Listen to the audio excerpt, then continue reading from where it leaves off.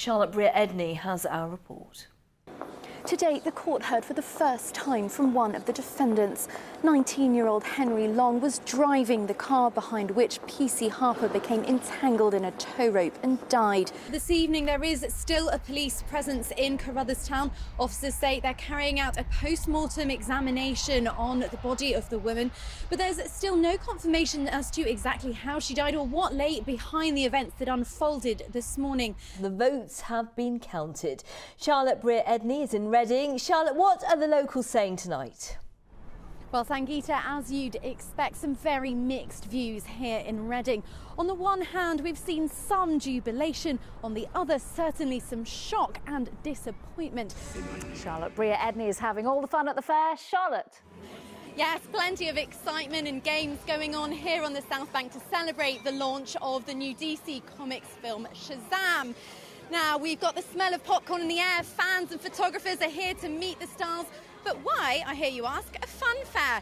Well, to tell us, none other than the hero and the villain themselves. Zach, Mark! This is so weird that we would all find each other right here. Wow! Amazing. With support thin on the ground here, a boost this morning from across the pond. America saying they were eager to do business. People who worry about the UK crashing out of the European Union, that's the phrase they use. I'm not sure I'd be up to the early mornings, the exercise regimes and the scrabbling around in the mud with a rifle, but luckily the men and women who join the RAF are. And we've been given exclusive access to see them from the very first day when they arrive here at RAF Halton through to some of the field training exercises they do. Charlotte, take us through what happened there.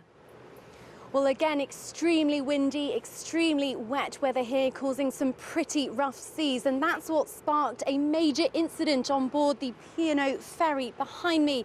Well, this was non-essential shops that were allowed to open today. So for the most part, clothes, accessories and homeware retailers. And it has to be said that it's been busier than expected, which will probably put a smile on those retailers' faces.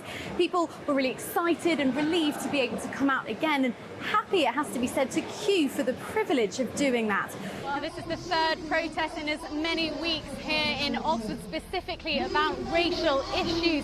Today, protesters brought the city's streets to a standstill, and as you can see, they've just taken a seat behind me in protest. But of course, at the moment, there is a huge international momentum behind the anti-racism movement.